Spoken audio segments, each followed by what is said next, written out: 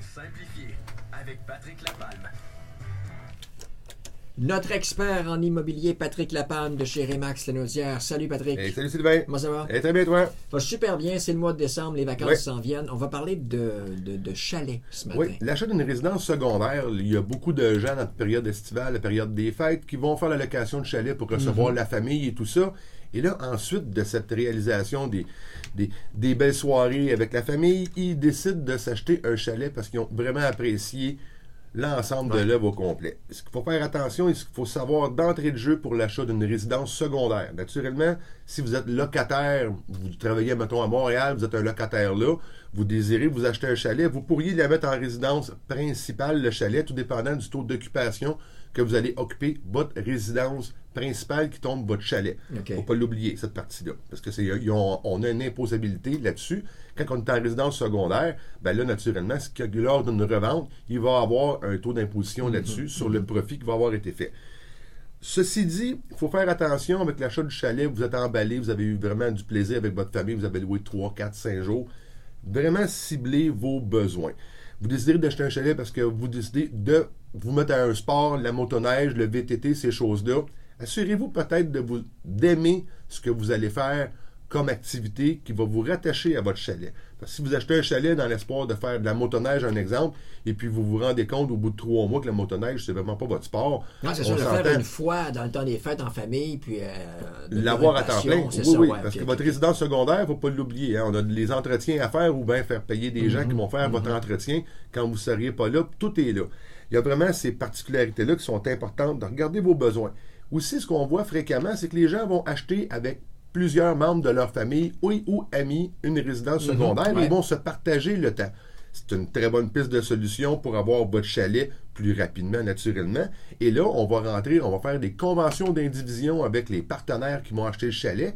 Et même dans cette convention d'indivision-là, avec le notaire, on est capable d'aller mettre des dates, des échanges de semaines de vacances durant l'année. Donc, pour vous assurer que quand vous allez avoir fait votre investissement avec des amis ou de la famille, qu'à tour de rôle, vous pouvez bénéficier d'un temps, un peu comme un principe du time sharing, du temps vraiment apprécié sur la propriété. Donc, même si ça se fait entre amis dans la même famille, mieux vaut avoir ça sur papier. Oui, avec le notaire. oui. C'est l'idéal de l'avoir sur papier. Naturellement, s'il y a des modifications à travers le temps, vous pouvez faire vos modifications entre vous.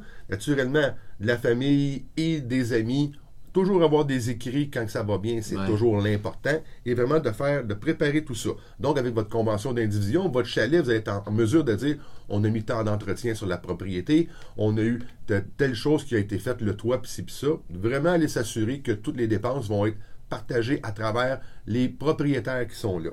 Ce qu'il faut faire attention aussi, on voit ça, ça commence à être vu pour les gens qui veulent faire acheter un chalet en résidence secondaire et en faire de la location.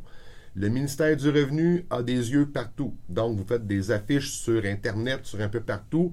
Assurez-vous que vous êtes légal et que vous déclarez aussi vos locations et vos profits et ou vos dépenses, naturellement, qui vont lier avec ça. C'est méga important.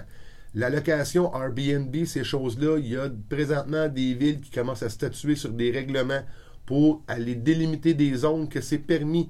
Donc, allez voir votre règlement de zonage à la ville si vous avez le droit de faire de la location, parce qu'il y a différents endroits des municipalités qui commencent à vouloir l'interdire ou à le restreindre, tout dépendant des usages. Fait que donc, c'est vraiment important de toujours aller voir la ville, même si c'est dans la normalité de le louer, il y a des restrictions qui commencent à s'établir. On va être d'actualité si on parle tout ce qui va être la location. Bon, ben là, on revient un peu à ce qui est présentement la légalisation du cannabis. Est-ce que dans vos réglementations de la location de votre résidence secondaire, vous désirez aller à l'intérieur de ça? C'est quoi les pénalités que vous allez mettre? Il y a vraiment beaucoup de paramètres à voir avec une location de résidence secondaire. Vous avez analysé vos besoins, vous avez décidé d'acheter avec votre famille, 2, 3 amis, puis tout ça. Évaluez votre capacité d'emprunt et votre budget financier. Si vous avez déjà une propriété qui est là, il y a des institutions qui c'est possible, des institutions financières que c'est possible d'avoir une équité sur une propriété pour pouvoir aller acheter une résidence secondaire. Et informez-vous de votre institution financière, ça peut être un effet de levier qui pourrait être appréciable aussi. Donc, un coup que tout ça est mis en place, que vous avez décidé le sport que vous voulez faire, l'emplacement que vous avez regardé, vous voulez acheter avec des amis, est-ce que cette résidence-là secondaire pourrait être votre résidence principale? Vous me suivez? Donc, c'est important de voir toutes ces particularités-là. Parlez aussi avec votre comptable. Si vous achetez un chalet, une résidence secondaire, lors d'une revente plus tard, ben peut-être que le côté fiscal va être de redonner des parts à des personnes de votre famille aussi.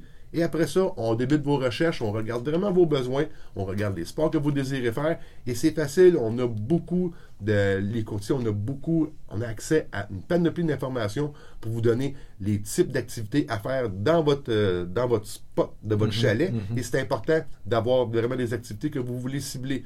Oubliez d'aller faire des 30-40 minutes de route. Travaillez votre chalet, aimez-le, mais pensez-y bien, c'est un bon investissement et puis ça vaut la peine. Oui, ben c'est sûr. Et puis, lorsqu'on a pris la décision de l'acheter, c'est ça, il faut acheter le bon au bon endroit. Et pour nous conseiller, ben, il y a notamment Patrick Lapalme qui est là pour te joindre. Oui. Donc, au 450-499-5544, vous pouvez aussi regarder mes chroniques immobilières sur ma chaîne YouTube et sur le Facebook Patrick Lapalme, courtier équipe Patrick Lapalme. Patrick Lapalme, un but, une passion. Vendu! Vendu!